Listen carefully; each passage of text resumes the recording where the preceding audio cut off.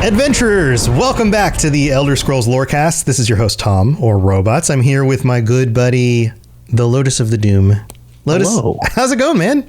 It's good. It's good. We've done tackling the last region. Yes, that's what I was going to say. We've gone around the entire continent, all the way back up to Skyrim, and now we're heading south to Cyrodiil.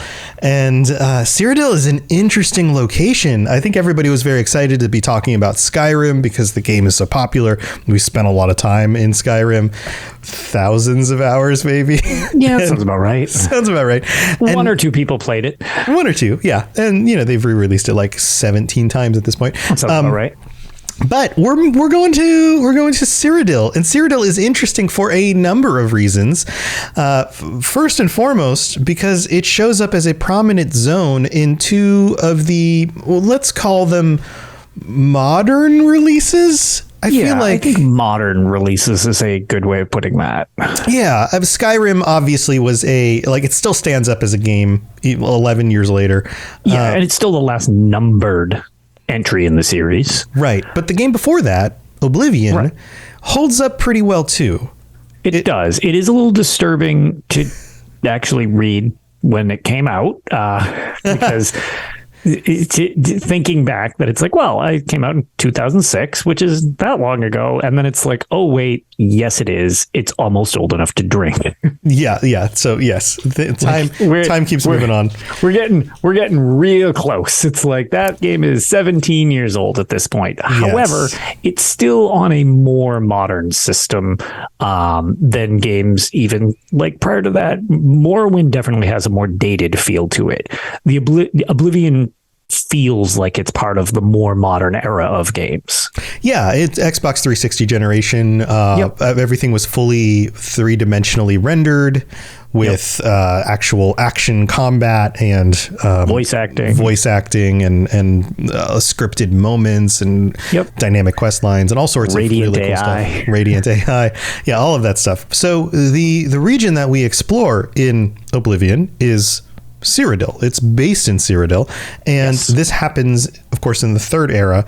In ESO, we're in the middle of the second era, and it's a very different location.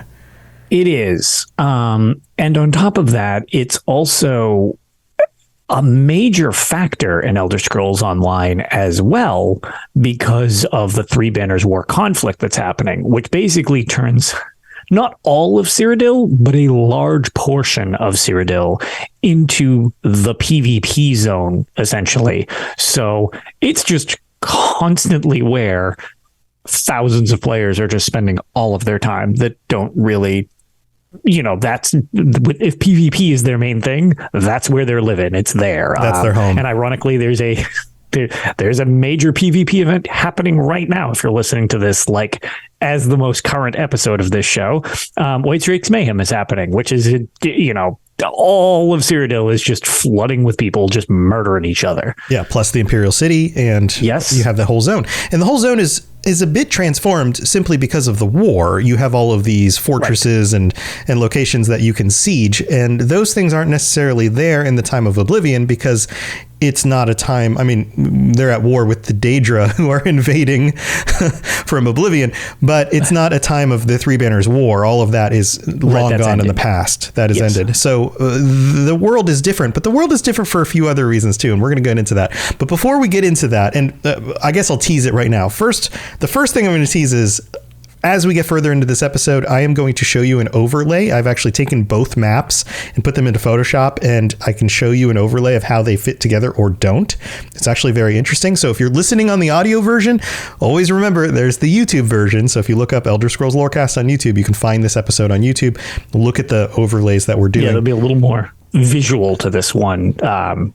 To go along with just us trying to explain it. Right. And then towards the end of the episode, we're going to get into some of the discrepancies about the way Cyrodiil was explained in the lore from long ago and why it doesn't look like that anymore and all of that. So here, let's get into it a little bit. There are different zones, the different areas, part of the geography, and this comes from the UESP. So it says on the UESP, Cyrodiil has varied environment and is divided into several regions. The Nibene Basin, this is a vast region that dominates Cyrodiil, containing all of the areas that drain into the river Niben. The area around the central city and the upper Niben is often known as the Heartlands.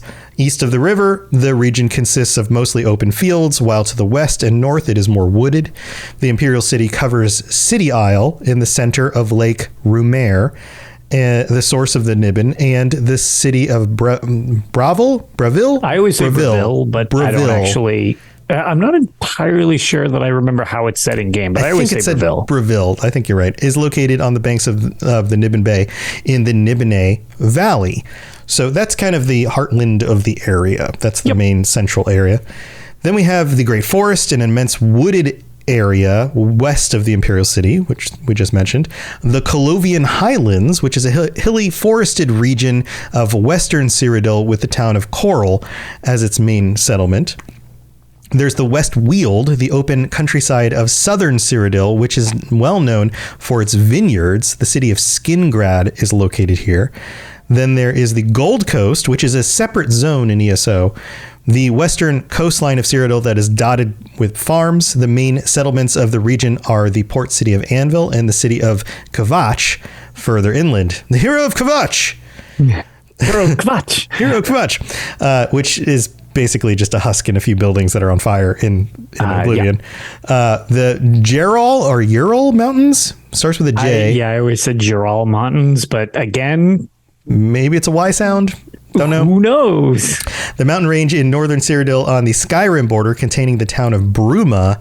Vallis Mountains, which is the mountain range in eastern Cyrodiil on the Morrowind border. Remember, this is the middle of the map. It borders on pretty much every other area. Yeah, you're going to have a lot of connections to the other regions. This really is the centralized hub of everything, which we'll get into like the Imperial City in a minute, but like it's the centralized hub with the capital in the center of the centralized hub. Like this is just the center of all things. Actually, I think we should probably do an entire episode about the capital city and just all the actual different sections. City, right? So, yeah, no, there's a lot to talk about besides us just kind of giving us a quick little overview in this one. Right. So that's definitely a city that's worth digging into a little bit more. And along with the Vallis Mountains, the city of Cheydinhal is located on the foothills. And then there's Blackwood, a swampland in southern Cyrodiil, east of Leowyn along the Black Marsh border. So borders on Black Marsh, on Morrowind, on Skyrim, like all of these different zones. Now, what's so cool about visiting these locations in the game Oblivion is as you get further out from the central part of the game, the more the region starts to feel like the areas it borders on. So as you move north, you get into more snowy mountains. It starts to feel more like Skyrim. And the people who inhabit the cities in those areas that are closer to those borders are more a mix of the kinds of people who would have come from the areas on the borders of those maps. So I always thought that was a really cool feature. Yeah, it is, because it's just kind of like it takes on the traits of where it's connecting to, which is interesting from like, the Alliance perspective in ESO, because it resembles the area that you've been coming from already, because whatever Alliance you pick, you're coming from that region. So it's kind of like this unique little thing that your part of Cyrodiil has your feel to it, which I always thought was very cool. Yeah, I always liked going south and getting down to Leowyn and meeting all the Argonians and it feeling so swampy. And it feels like a little bit of Black Marsh right there. Right. And Blackwood itself was an entire chapter for the Elder Scrolls Online that fleshed out all of that area that we hadn't seen. We'd seen Leowyn, but we hadn't seen a lot of things like Gideon, since Arena. So it was like, we get to see some of these things again as it fleshed it back out. And then you have, the Gold Coast expansion that came out, it was years ago at this point, but and that fleshed out that side of the area. So it's like, it's such a big region. They've actually had expansions filling out the parts outside the Imperial, like the war itself, into the not war-torn as much sections. Right. So here, let's do this. We're going to pull up the map, and you can see right now on the screen, this is Photoshop with the map from ESO. And then on top of it, I've actually laid in the Oblivion map. And this is really cool. So the first thing I want you to notice is that the Cyrodiil map is shaped like an upside down triangle. And yes. There are a lot of decisions here that were made because of gameplay and the lore around ESO. You have the 3 different factions vying for control of the Imperial City. So they each in this map have similar amounts of land on their corner of the triangle moving in toward the Imperial City. Right. So the logistical design of it is to kind of have not identical, but you want an evenly distributed. It's a 3-sided fight. So it's one of the 3 groups. Right. And whatever your faction is needs to kind of have a comparable amount of space and things to the others. Right. So this is the ESO version, and I can kind of scroll out. I can scroll around. I can move around, but I can also, if it will let me, pan out. Why is it? It's not letting me pan. Why are you not letting me pan? Nope, not that button. Oh, there we go. So you can pan in and out, and so now you can see the whole thing. And then if we overlay here, I'll just. You can see that it's like there's a transparency in here where you can actually see both of these sets of locations. Well, check this out. I'm gonna kind of see. This is the Cyrodiil map. Yeah, and it's shaped differently. Like the triangle that existed for ESO is just a subset, right, of what we see in Oblivion. In fact, the zone stretches way more to the west and then way more south. And if I was to drag this down here, it goes way south all the way down to Topol Bay. Right, and that's something that I feel is important. Is ESO clipped that like triangle portion, so to speak, of Cyrodiil, so that it could be distributed in a way that it's, even to each of the side, evens in quotes, but like, right, a balance between the 3 sides for gameplay reasons. However, by doing that, they had to kind of annex off parts of it. They're still on the continent. It's just they've been actually, this is, I just mentioned Blackwood and the Gold Coast expansions. They're being added in outside the PvP field, right, because then it won't affect the balance. But they're still there. However, at first look, they don't quite look the same because you didn't get the whole thing in ESO to start with. Right. So this is also really interesting. Here, I'm going to pull the map back up, and I've tried my best in order to figure out the scale of these 2 maps and match up key points. And it's not easy. These are very different maps, and you could say the rivers rerouted a little bit. Maybe the roads from the earlier era weren't there 1,000 years later.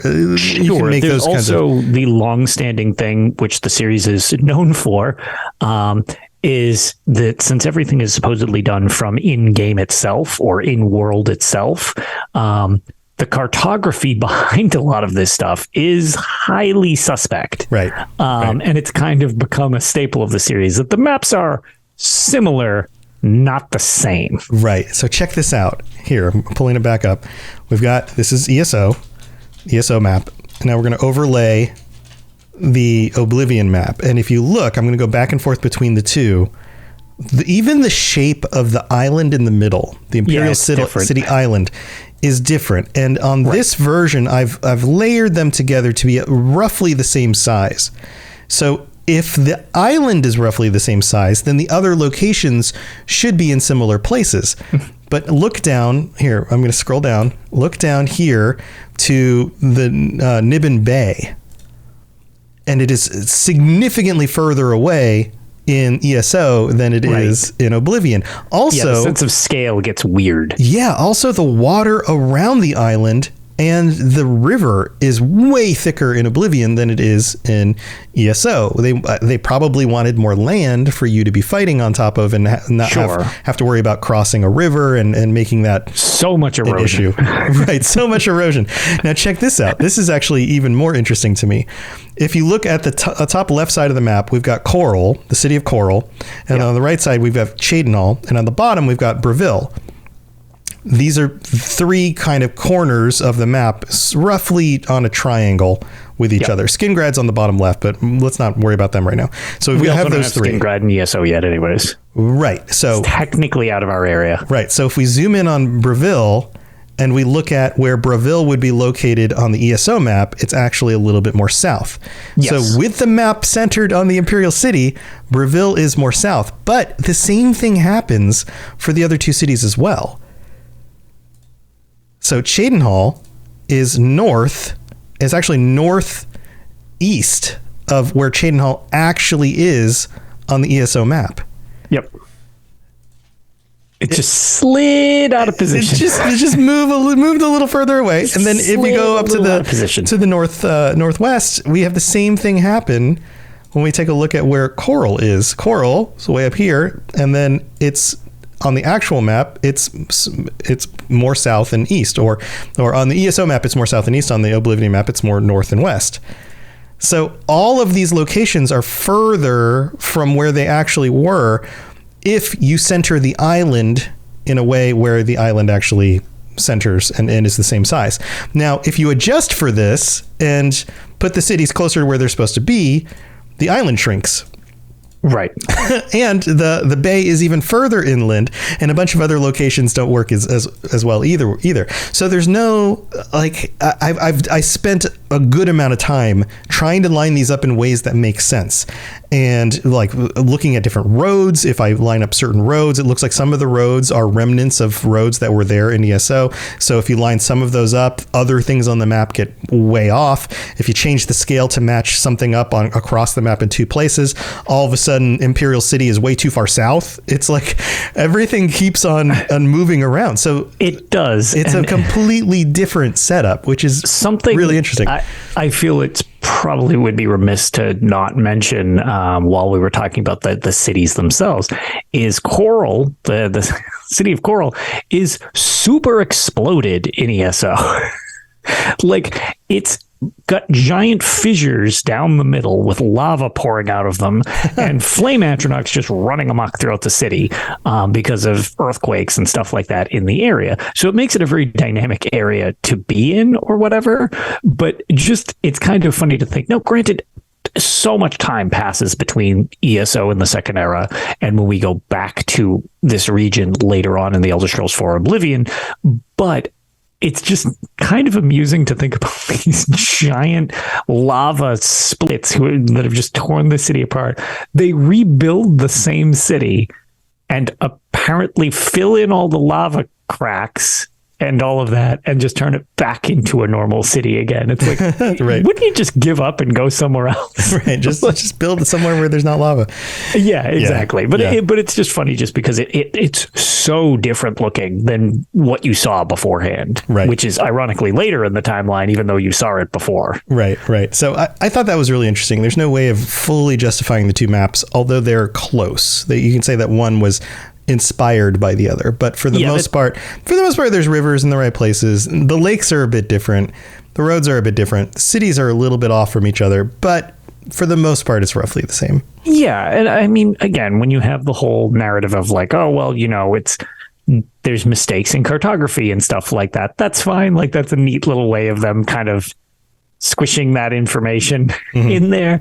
And again, this is a fictional world done by different teams over different eras, literally in real life, in different games for different things. So it's just interesting to see that I always feel that Elder Scrolls tends to try to keep the flavor of something, But the fine details, sometimes they do kind of smear them a little bit to make them fit where they need to. Right. And it makes sense. The games are different. Like, this is a PvP zone in ESO. Yes, this was an entire explorable RPG gigantic map in Oblivion. Absolutely. So the two are very different. Now, normally on these episodes, we'll go over some of like the fauna and the flora.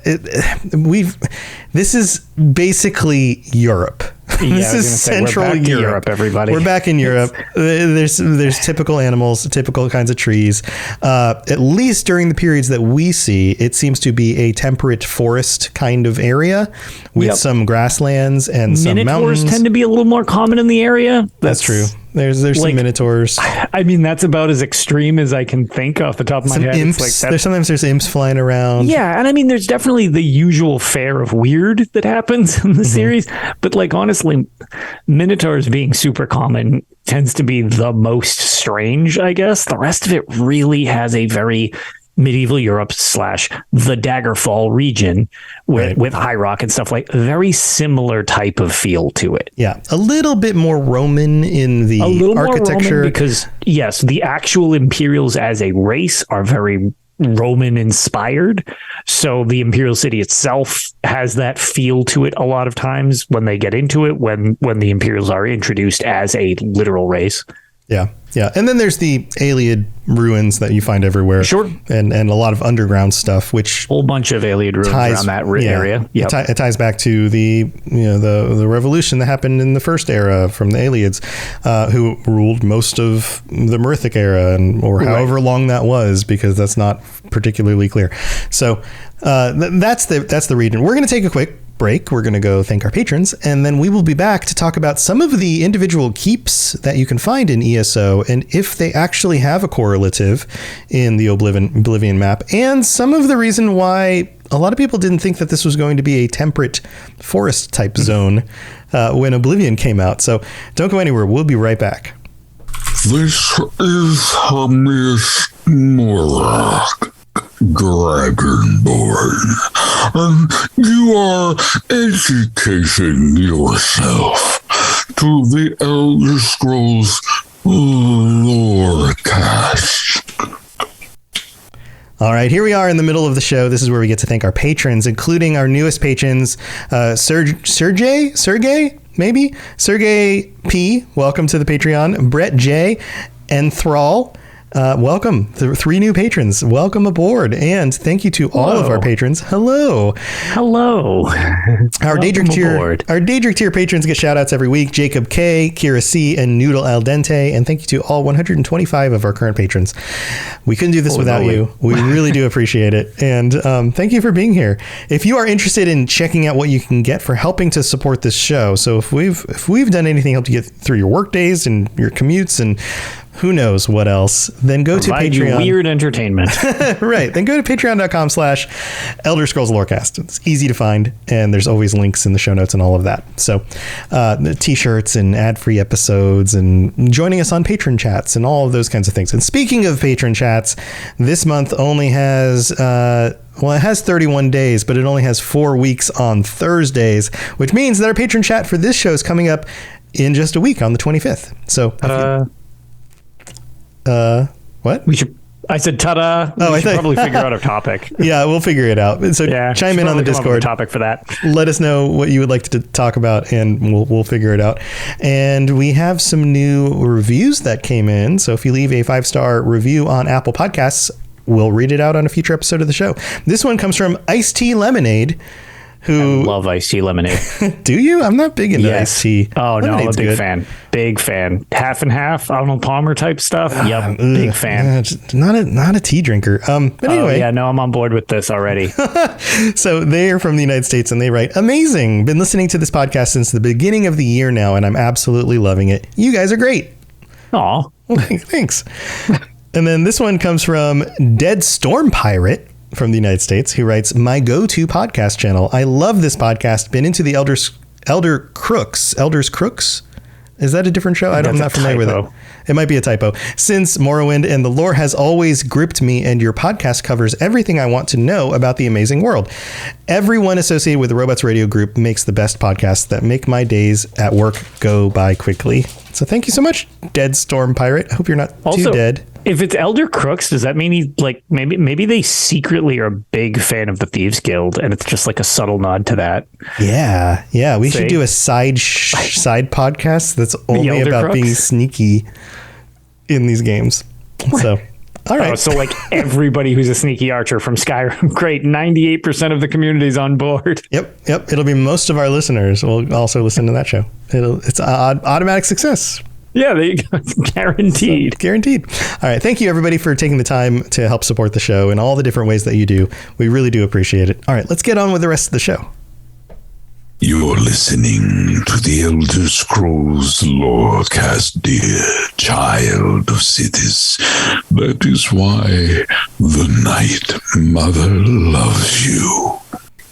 My dog is barking at me. You don't need anything. You're fine. All right. So here, let's get into this. There is an article that I discovered from Weebly.com, which is about the different keeps that you find in ESO and how they relate to locations in Oblivion.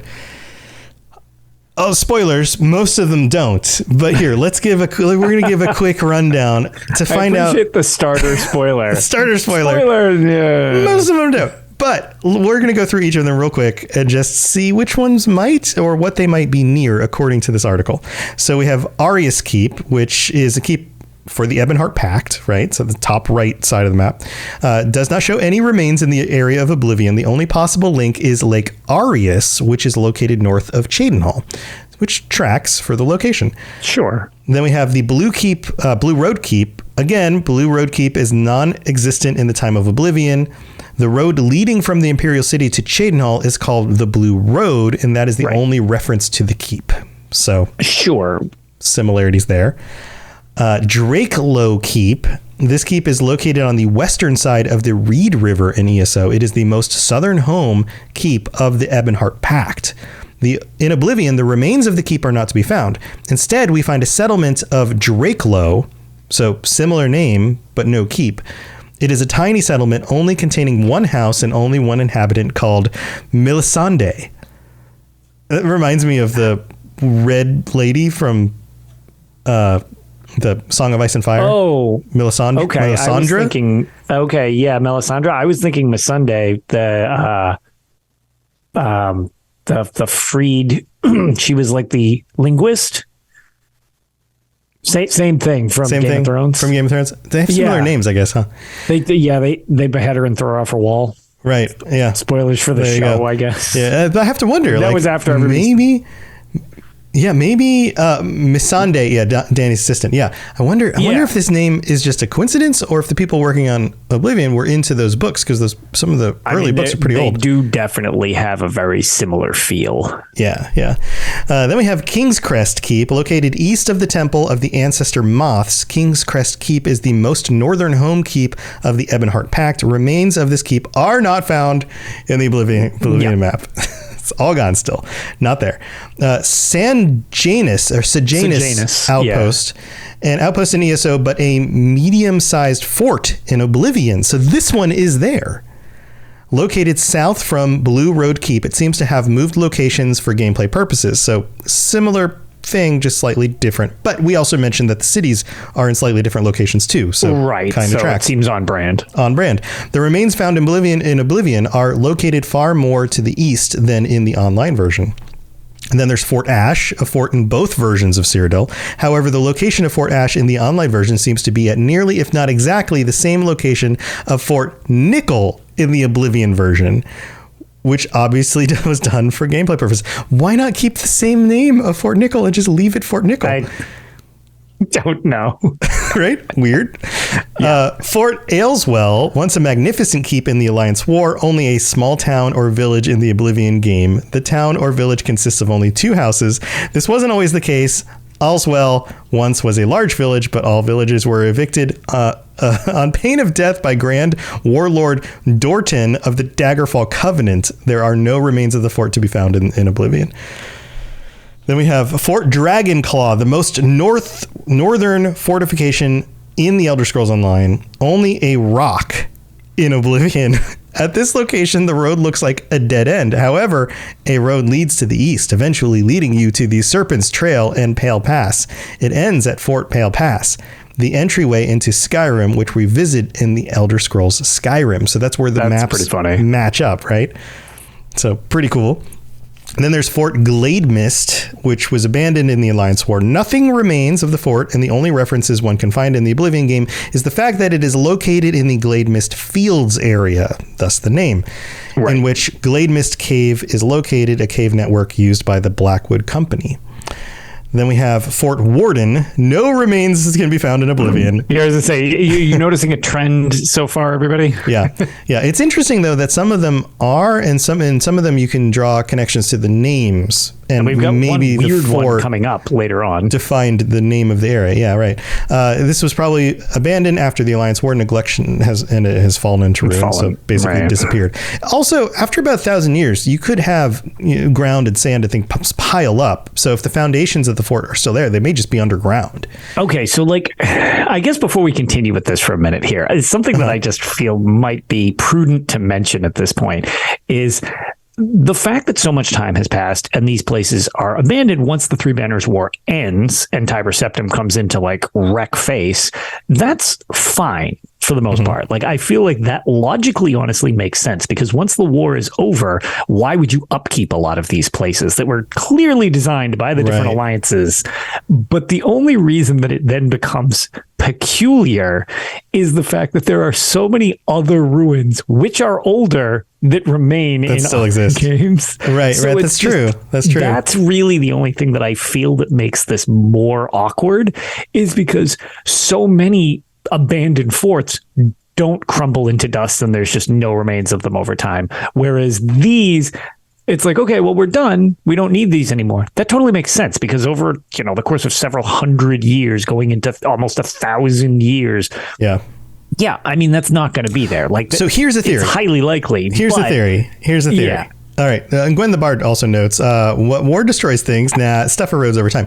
Most of the time, the remnants of fortresses after wars, and if you study history, the remnants of the fortresses are still there. So even so, in order to attack a fortress, you need to only breach it in one location. You don't have to tear all the walls down. Sure, that's a way harder endeavor. Salt it, right? That is a way harder endeavor. And even once you capture the place, you don't want to raise it because it becomes a fortress that you can use that your enemy can no longer use. So it's good to keep it around.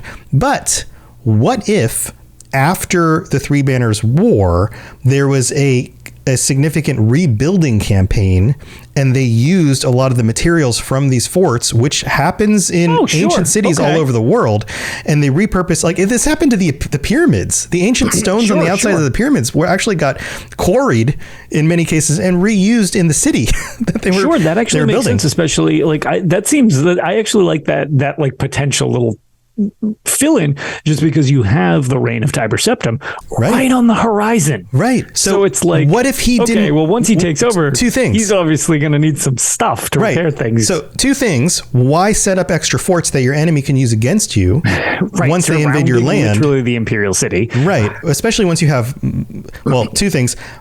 Vast numbers and the Numidium. Exactly. They invade your main area of Cyrodiil and you throw the Numidium at them and they all just evaporate and they're gone. So you don't need fortresses anymore because that would make it harder for you to get rid of them. So why not reclaim all of the stones used and build houses and other kinds of things? Walls for the main city, any of that stuff, right? So that could be part of it. But anyway, here, let's keep moving. Let us know your theories. Maybe there's some good theories out there because obviously this is one, actually. I've never really heard the repurposing of supplies thing, but I actually like that quite a bit. Yeah, there are some ancient cities. If you study the Middle East, there are some ancient cities that just don't exist at all anymore. And there are plenty that the foundations are still there. You can see them near modern day cities or out in the middle of the deserts or wherever. But there are some that just don't exist anymore. There are almost no traces of them because so much of the material from this original city actually got repurposed. It's one of those weird things where Sometimes that happens. So anyway, let's move on.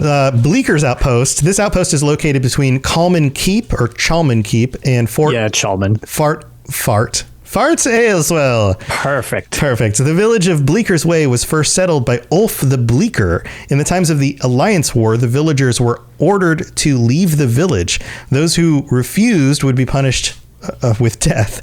During the war, giants occupied the village. In Oblivion, the village was reclaimed by men. There are no remains of Bleaker's Outpost in Oblivion. Then we have Castle Brindle. The only remains of Castle Brindle in Oblivion is Brindle Home, which is a village located between Coral and Skingrad. The location of Castle Brindle relative to Brindle Home seems to be far more south, probably for gameplay purposes. The castle seems to be located near the Gold Road, which connects Skingrad to the Red Ring Road around the Imperial City. My dog's barking again. Castle Bloodmane. There are no remains of Castle Bloodmane in Oblivion. The only reference that can be found is Bloodmane Cave, which also is a delve in ESO. So that's kind of interesting. Yep. 3 more. Castle Fairgill is a key location of the Aldmeri Dominion. The castle cannot be found in Oblivion. Instead, we find Fairgill Inn, located west of the Green Road, which leads to the Imperial City, from the Imperial City to Breville. No remains of the castle can be found, which was located on the east side of the Green Road. So there's that. Then there's Castle Robeck, which is located perfectly on the map. However, in Oblivion, the castle is located near the White Rose River. This river could have formed after the era of the Alliance War takes place, because nothing on this river can be found in the online versions. There are some bridges to be found that cross dried up riverbanks, which could be the White Rose River. Maybe it was... That one I find kind of interesting. It's kind of neat. This one is really cool because the castle's still there, but the river's gone. Right. But there's remnants of what could be a river if water started flowing in that area again. Right. Yeah. That's pretty cool. I like that one. Very cool. Very cool. And then the last one is ridiculous. Nickel Outpost, an outpost located south of Fort Ash and northwest of Castle Robeck. In Oblivion, we find the remains of this outpost in the form of a small fort. The location of Nickel is the most noteworthy. In Oblivion, it is located next to the bridge leading into the Imperial City, west of the village of Way. In the online version, the outpost is located far more south near Fort Virtue on the Oblivion map. So it's kind of funny. That place just sort of got repurposed. Yeah. Because it's like, well, we don't want nickel there, we need nickel here, and then we need this, we need another one there, so we're gonna make this fort instead, or this keep here. So it's just kind of funny that one exists, but they had to kind of shuffle the deck a little with that one. Yeah. So I'm pulling up the map again just for you all to get a sense of this, just a sense of all these locations. It would take forever for us to zoom in on each of them. But for example, Ari's Keep, which was the first one we mentioned, is right here, and yet if you replace it with the other map, there's nothing there. There's you can see it underneath it. It's transparent, but there's not even a road that goes by that. And the road's here above it, north of it.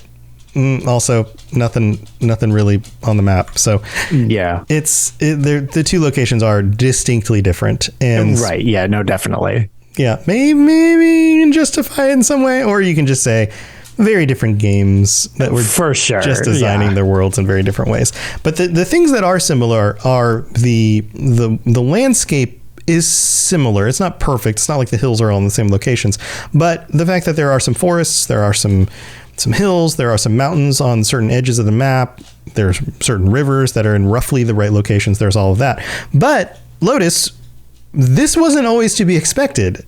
No. And the last thing we really kind of need to talk about, the Numidium in the room, if you will,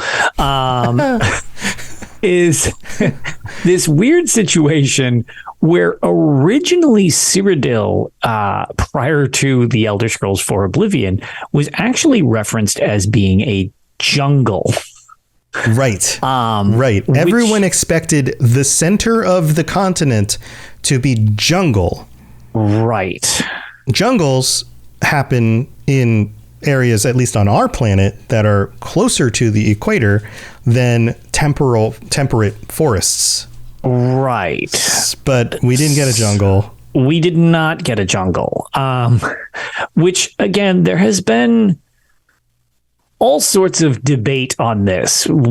You know, is it solely a gameplay thing where it was just like, well, jungles are too hard to make, so as a side effect, did the team decide, like for Elder Scrolls 4, well, okay, what if we just do a temperate forest because it's more manageable? Some grasslands, some trees. They had the new speed tree technology, which I believe was used in Oblivion at the time. I believe it was. There was also the situation of like processing all the grass was too like strenuous for the 360, so it would like render the grass farther out, and it was something from what I remember hearing, they had to like reposition where the grass texture was on the disc so it would spin at a different speed so that it wouldn't like overheat. So like there's clearly technical limitations because there was you know, the 360 was new at the time when this game came out. They were already pushing the boundaries of it. Yes, this game was a beautiful game when it came out. It really was. And to be fair, it's still to a degree outside the potato heads really is. Just don't look at the people. Look at the trees and the mountains. People. That part's still pretty. Yeah, but the landscape is gorgeous. And some of the design of stuff is just really, really cool. But the idea of it being a jungle, as referenced by in-game books earlier in the series, then had to become, well, okay, why? And there was this theory that a lot of people accepted for quite a while, that when Tiber Septim took over, he reshaped the lands because he had gained that type of power. He was becoming a divine. All of this power literally let him reshape the physical landscape to be what he wanted. Right, which is, you could also justify as having control of the towers having control over the land around them. Correct. And so you can make that justification as well. There was so that was like the prevailing thing for quite a while, if I remember. And actually, as Rob mentions in chat as well, then Elder Scrolls Online came along, so Tiber Septim isn't here yet, and it's totally a temperate forest. It's not a jungle. It's not a jungle. Somehow it never was a jungle. Maybe. So then it becomes, okay, well, that clearly wasn't the case. Right. But since it was described from in-game, and if I'm not totally, I wish I had a exact reference for this, but I do believe that from what was mentioned through like actual Elder Scrolls Online, it's like implied or said by the team that it's a translation error. They didn't mean literal jungle, like, because it's still forest, but it's not meant to be jungle so much as like, foresty, which it is. Which is, I that's many will call that retconning or doing whatever, and that's fine. Like, again, it's not a real place, so they have to take some degree of liberties. But one thing that I actually just thought was, I don't know, I feel like this was a discussion I was just involved with, maybe on forums or something a long time ago, but it's something that I thought was just an interesting theory. Is you know about the Mandela effect, where people think something, but it's not actually the case. And it's almost like a group think hive mind thing where everybody remembers this thing wrong.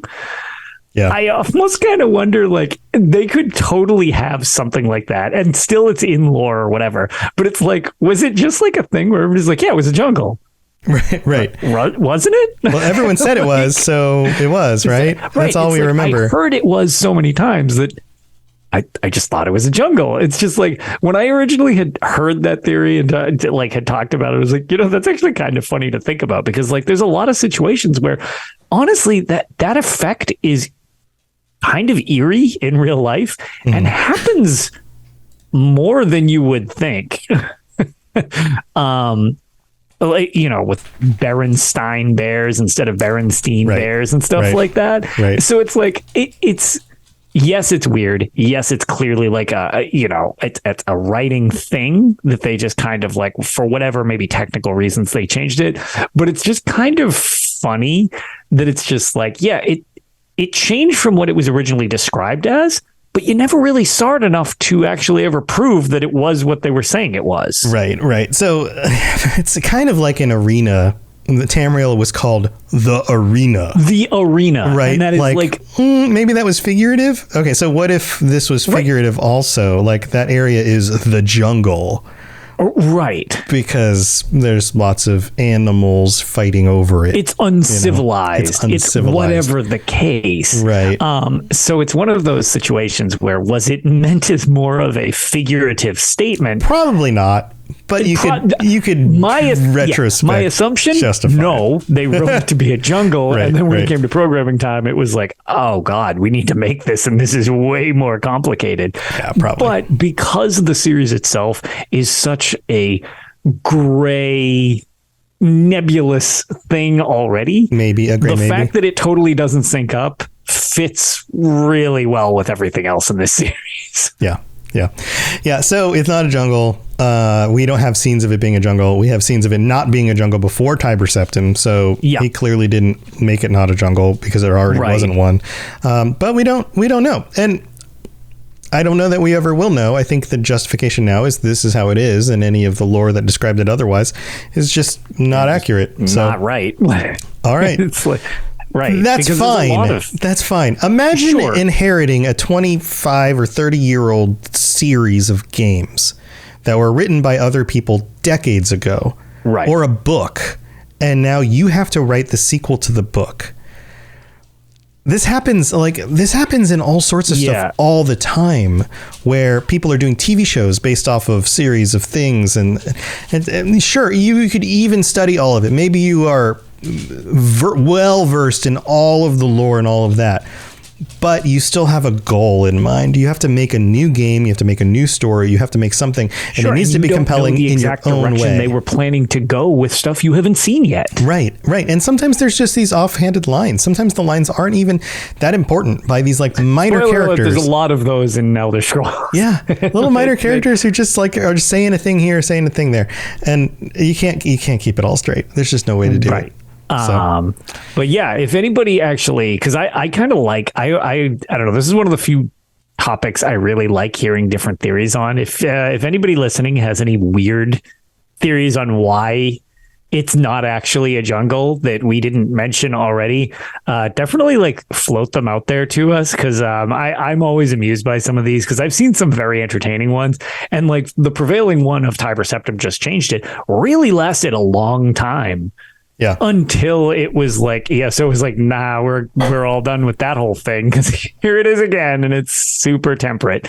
So like, that's just it. It's like that one got debunked eventually, but some of the other ones are still floating around, and it's like, do you have your own in-lore reason why it exists, or was it just technical reasons? Yeah. So who knows, but let us know your thoughts. Join us on our Discord, the Robots Radio Discord, or heck, join us for the Patron chat. Let us know if you want to debate this on the Patron chat. But we'll come up with something for next week. Thank you for being here, everybody. I hope you've enjoyed this tour of Tamriel. We're going to dig into some other things in the future episodes, so make sure you come back for those. Lotus, you have anything else going on you want to share? No, just normal Tales of Tamriel that we've been recording over there, covering the events currently in game. And actually, I guess from one thing that we did related to the Lorecasters as well, we got the PlayStation NA Guild for the Lorecasters kind of up and running again. It really, like, it's just been some scheduling stuff that's been tricky, and I'm trying to lend a hand type of deal. So if that's something you're interested in, it is now up and running. It is fully functional.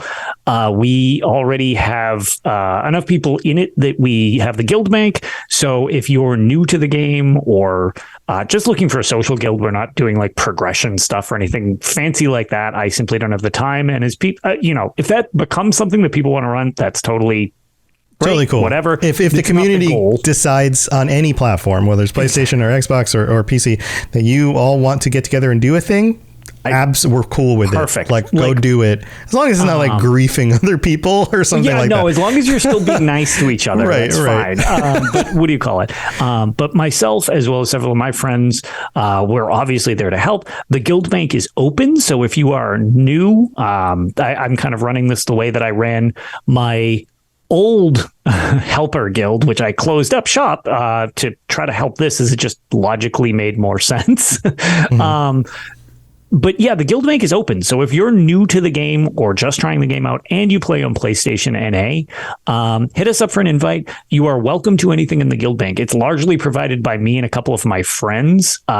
The supplies are there just to help people get started. Yeah, it helps if you are a character who already has a lot of stuff when you get extra recipes or whatever. Correct. You know, I don't want this treasure map. And you just dump it in the guild bank, and then new people check out the guild bank because maybe therell be some treasures in there that you don't have to earn on your own. Glenn, consider yourself invited right after the show. There you go. Yeah. So join us on the Discord. Go to the Robots Radio Discord. There is a channel that you will find that says apply to guild, and you just got to fill out a little form. Let us know a little bit about you, what platform you're on, and all of that. And then within a few days, nice and easy. Make sure you're not a douchebag.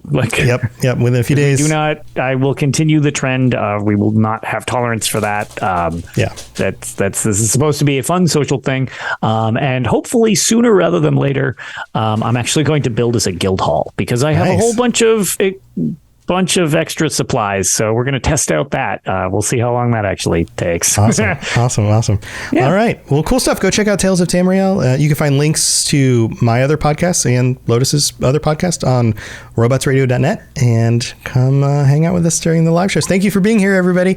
We will see you again next week with our patrons, so have an awesome week. We'll see you next time. Bye, everybody. Thanks for joining us. We'd love to hear from you. You can reach me on Twitter at robots_radio or Lotus of Doom at Lotus of Doom. Also, you can join us on the Robots Radio Discord channel. You can easily just search Robots Radio Discord on Google or check the description underneath the podcast. Also, this podcast is recorded live every week on Thursday nights, 9 p.m. Eastern, 6 p.m. Pacific on the Robots Radio channels on Twitch, YouTube, and on Facebook. So just search Robots Radio on any of those platforms. Come join us. We'd love to chat with you while we record the show, or before or after. Either way, just come hang out with us. And if you're looking for more information about my shows and the shows on the Robots Radio Network, go to robotsradio.net for all the information about all the shows on the network, including the Robots Radio Rocket Club, where I help both new and existing podcasters to grow their shows, build their audiences, and create the best podcast they possibly can. All of that at robotsradio.net. We'll see you next time.